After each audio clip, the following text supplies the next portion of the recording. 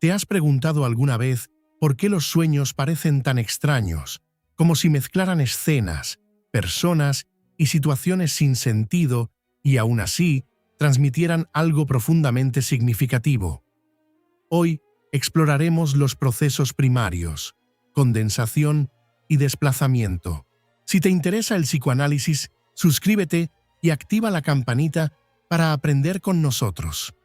Hoy vamos a adentrarnos en uno de los descubrimientos fundamentales de Sigmund Freud, tal como aparece desarrollado en la interpretación de los sueños, 1900, según las ediciones de Amorortu Editores. Para comprender qué son la condensación y el desplazamiento, primero necesitamos situarnos en el marco más amplio del funcionamiento psíquico que propone Freud. En su obra, Freud distingue entre dos modos de funcionamiento mental: el proceso primario y el proceso secundario. El proceso primario es el modo de funcionamiento propio del inconsciente, mientras que el proceso secundario corresponde al pensamiento consciente, lógico y ordenado. El proceso primario se rige por el principio del placer. Busca la satisfacción inmediata de los deseos, sin tener en cuenta la realidad externa ni las contradicciones. En este nivel, no hay lógica como la entendemos habitualmente, ni respeto por el tiempo, ni por la identidad de las personas. Todo puede transformarse, desplazarse o condensarse. Freud señala que los sueños son la vía privilegiada para observar este funcionamiento. En ellos, los pensamientos inconscientes se transforman en imágenes y escenas que muchas veces resultan extrañas o absurdas. Pero esa extrañeza no es arbitraria. Responde a mecanismos precisos. Dos de esos mecanismos fundamentales son la condensación y el desplazamiento. Comencemos por la condensación. Freud afirma que en el sueño, la formación del sueño es una especie de escritura en la que un elemento puede representar varios pensamientos. Esto significa que una sola imagen, una persona o una escena puede concentrar múltiples significados. En la condensación, varios contenidos latentes, es decir, pensamientos inconscientes, se agrupan en un solo elemento manifiesto, lo que aparece en el sueño.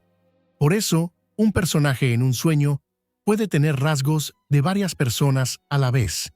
No es una persona real, sino una construcción que condensa distintos elementos. Freud describe este fenómeno diciendo que los elementos del sueño están sobredeterminados, es decir, cada elemento no tiene un solo significado, sino varios. Esta sobredeterminación es una característica central del inconsciente. Por ejemplo, una persona puede soñar con un amigo, pero ese amigo tiene el rostro ligeramente cambiado o se comporta de una manera extraña. Al analizar el sueño, se descubre que ese personaje reúne características del amigo, de un familiar y quizá de una figura de autoridad. Es una condensación de varias relaciones afectivas. Ahora bien, ¿por qué ocurre esto? Porque el inconsciente no se organiza de manera lineal, no separa claramente los contenidos, sino que los superpone. La condensación permite que múltiples deseos, recuerdos o conflictos se expresen de manera simultánea. Pasemos ahora al desplazamiento. Este mecanismo consiste en que la intensidad emocional asociada a una idea se transfiere a otra que en apariencia es menos importante. Freud explica que lo esencial en el contenido del sueño puede estar representado por elementos secundarios y lo accesorio ocupar el lugar principal. En otras palabras, aquello que realmente importa, el deseo inconsciente, no aparece directamente en el sueño, sino disfrazado. La emoción se desplaza hacia otro elemento que resulta menos amenazante para la conciencia. Por ejemplo, una persona puede sentir una gran angustia en un sueño por haber perdido un objeto trivial, como unas llaves. Sin embargo, al analizar el sueño, se descubre que ese objeto representa algo mucho más significativo, como una relación importante o una decisión vital. La emoción intensa no está ligada al objeto en sí, sino a lo que representa. El desplazamiento es, por tanto, un mecanismo de defensa. Permite que el contenido inconsciente se exprese sin provocar una angustia excesiva que despertaría al soñante o impediría la formación del sueño. Freud subraya que debido al desplazamiento, el acento psíquico se ha desplazado de los elementos importantes a otros indiferentes. Esto explica por qué los sueños a menudo parecen triviales o desconectados de nuestras preocupaciones reales. Condensación y desplazamiento no actúan de manera aislada, trabajan juntos en lo que Freud denomina el trabajo del sueño, es decir, el conjunto de operaciones que transforman los pensamientos latentes en el contenido manifiesto del sueño. El resultado de este trabajo es un producto deformado, en el que los deseos inconscientes aparecen disfrazados. Freud habla de desfiguración onírica para referirse a este proceso. Para ilustrar estos conceptos, pensemos en un ejemplo sencillo, al estilo de los análisis freudianos. Imaginemos a una persona que sueña que está en una casa desconocida, hablando con un profesor que tiene rasgos de su padre.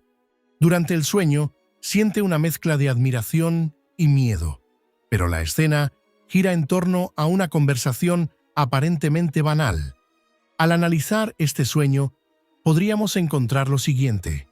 La casa representa una situación vital nueva.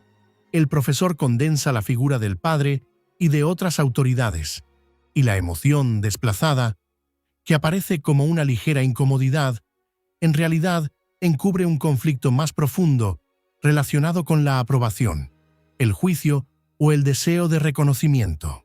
En este ejemplo, la condensación aparece en la figura del profesor padre, mientras que el desplazamiento se observa en la manera en que la emoción intensa se manifiesta en una situación aparentemente trivial. Este tipo de análisis muestra cómo el inconsciente no habla de manera directa, sino a través de transformaciones. Freud insiste en que estos mecanismos no son exclusivos de los sueños. También aparecen en los lapsus, los actos fallidos y los síntomas. En todos estos fenómenos, el inconsciente encuentra formas indirectas de expresión. La importancia de la condensación y el desplazamiento radica en que permiten descifrar el sentido oculto de estos fenómenos. Sin estos conceptos, el psicoanálisis no podría interpretar los sueños ni comprender la lógica del inconsciente.